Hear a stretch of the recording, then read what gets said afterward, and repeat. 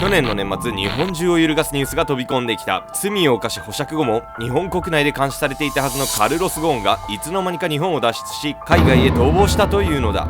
この実際に起きた映画のような逃走劇はいかにして成功したのか。そしてゴーン自身が語った事件の真の黒幕とは。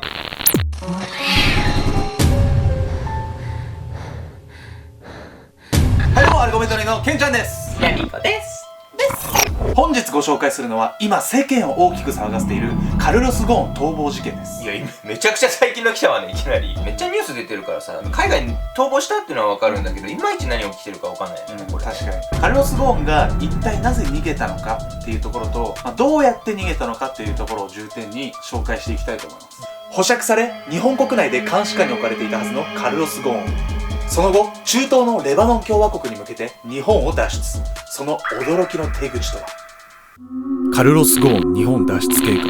日本を代表する自動車メーカー日産自動車の元会長カルロス・ゴーン。65歳の彼は一昨年の11月に金融商品取引法違反の疑いなどで逮捕されたんです。裁判を控え勾留中だったゴーンは昨年4月合計15億円にも及ぶ保釈金を支払い釈放されたんです。しかし釈放された後も自宅玄関に監視カメラを設置され、携帯電話はネットに接続もできず、通話履歴を裁判所に提出する義務が課されていたんです。またパスポートも奪われ、海外への渡航は一切禁じられていました。そもそも罪を犯した人間が逮捕勾留されるのは裁判で決着がつく前に逃亡されるのを防ぐためなんです。そのため釈放されてもこのように監視の目が解かれることはないのです。さらにこれはこれで是非が問われるのですが、日産自動車は裁判所が定めた規定を超えて外出中も常に監視を行っていたんです。つまりゴーンが逃亡することは不可能だったはずなんです。そんな中、昨年12月31日に報じられた逃亡のニュースは全世界を騒然とさせました。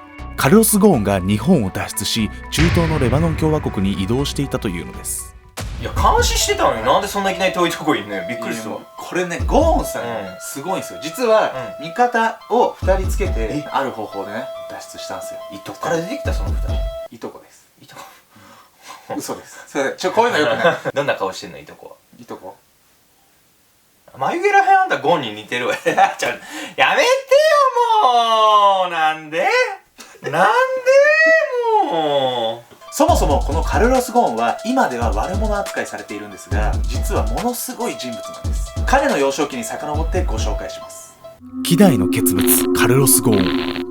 ブラジルで生まれたゴーンは6歳の頃に引っ越し、その後の少年時代をレバノンで過ごしました。彼はかなり賢く、大学時代はパリの名門校に通って工学博士を取得していたんです。そして1978年、欧州最大のタイヤメーカーであるミシュランに入社。ミシュランマンでおなじみの会社ですよね。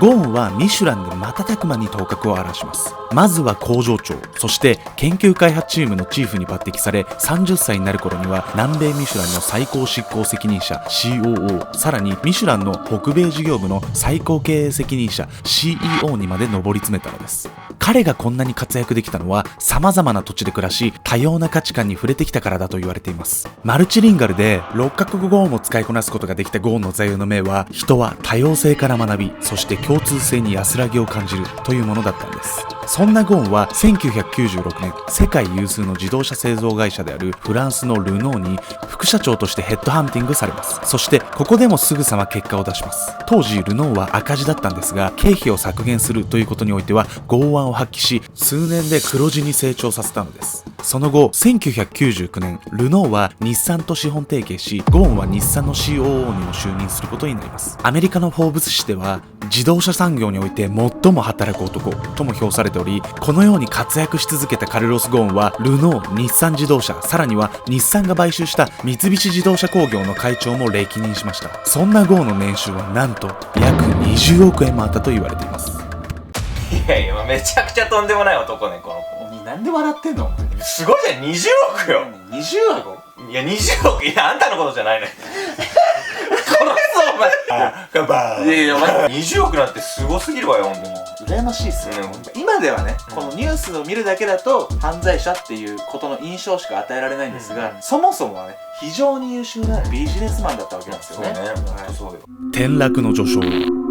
このように世界でも屈指の地位と名声、そして富を手に入れたゴーンですが、一昨年の11月に逮捕されてしまうわけです。一体何があったのでしょうか。ゴーンの罪は2つありました。一つは有価証券報告書に虚偽の記載。どういうことか簡単に言うと、日産の会長であるゴーンは自らが会社からもらっている金額を公開する義務があるのですが、その金額を実際より少なく報告していたんです。なぜかはここでは省きます。もう一つの罪は資金の不正支出です。これは会社のお金を自分のために使ったのではという疑いがかけられているということです。この2つの容疑により2018年3月、ゴーンは逮捕されてしまったんです。そして裁判の準備が着々と進む中、2019年の3月にゴーンは10億円の保釈金を支払い釈放されます。しかしその翌月にさらなる資金の不正支出の疑いがかかり再逮捕。同月下旬に追加で5億円の保釈金を支払い改めて釈放されるんです。ここからいよいよ本題です。ゴーンは一体いかにして日本から脱出したのか。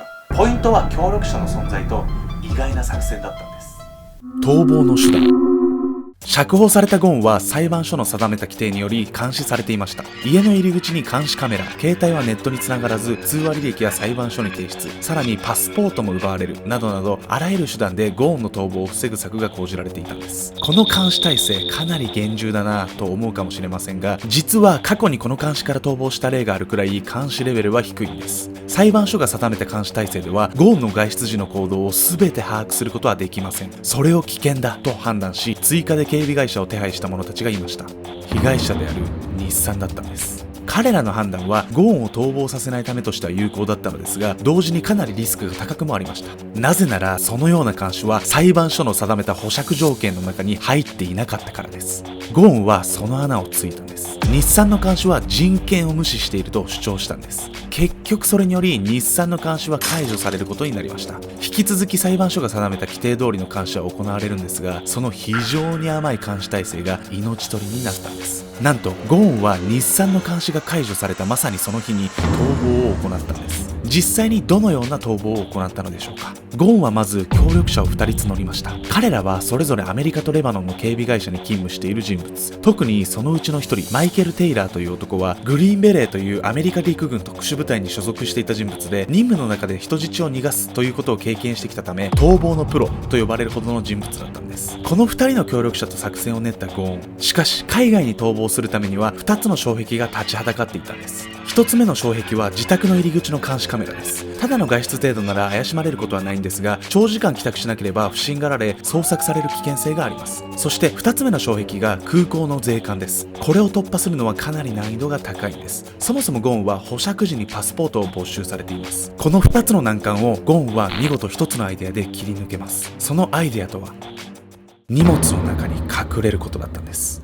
隠れるために使ったのは楽器や音響用機材を収納するのによく用いられる箱です。これは横幅2メートルほどあるものもあって人間が寝そべって入ることが可能なのです。もちろん蓋をするのでかなり居心地は悪いのですが、この楽器箱の裏に呼吸用の小さな穴を開けていたそうです。まるで映画のような話なんですけど、このアイデアでゴーンは2つの難関をクリアしていったんです。まあそう言われるけどバレそうじゃない？すぐに。そもそもゴーンは楽器とは無縁な生活を送っていたので、いきなり自宅に楽器箱が来たらまあね、怪しまれるんですよね。ということでまずは自宅でクリスマスパーティーを行ったんです。そしてこれにバンドを呼びました。これで楽器箱の搬入搬出があっても不自然ではないですよね。さらにこのパーティーには2人の協力者も来ていたんです。計画を知っているのはゴーンを含めてこの3人だけでした。完全に偽装のためのクリスマスパーティー。騒ぎに乗じてゴーンは楽器箱の中に隠れ、協力者が自宅から連れ出し空港へと向かいました。ゴーンは完全に荷物と同化しているのでパスポートをチェックされるのは協力者のみ。あとは荷物のチェックが残っているんですが、ここでもアイデアが冴え渡ります。彼らはプライベートジェットを使用したんです。実は普通の飛行機とは異なり、プライベートジェットでは荷物の検査が緩くなるんです。というのも普段税関が厳しくチェックするのは飛行機という密室空間で犯罪が起こるのを恐れるからなんです。そのため爆弾や凶器になりそうなものがないかなどを調べるんですが、プライベートジェットの場合自ら爆発させる人はまずいないでしょう。そのためなんと荷物検査の義務がないんです。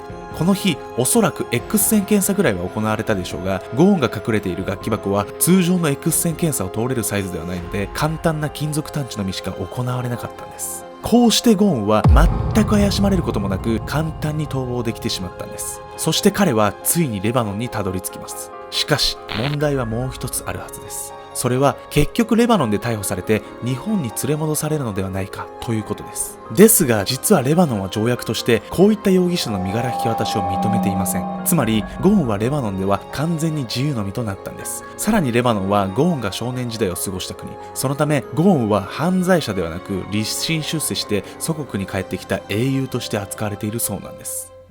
いや今までこのチャンネルでいろんなさ、なんか頭切れるやつ紹介してきてるけど、その中でもゴンはめちゃくちゃ切れる方ね。でも許されることじゃないわよ、今やってること。やっぱ悪いって感じするわ。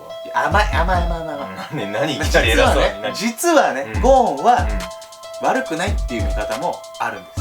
悪くないの？どういうこと？実はね、ゴーンのこの逮捕にはある黒幕がいるという説があるんです。いきなり都市伝説っぽくなってきたわね。いや、そういうチャンネル。黒幕の存在。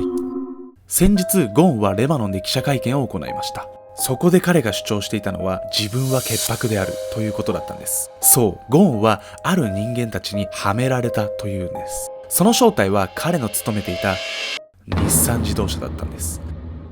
この会見でゴーンは自分をはめた人間を6人名指ししました。さらに逮捕の要因となった不正支出ですが、適切に様々な人間の承認を得た上での行動であり、そもそも自分の一存で好き勝手できることはないと主張したんです。つまりそもそも無実であるとの主張だったんです。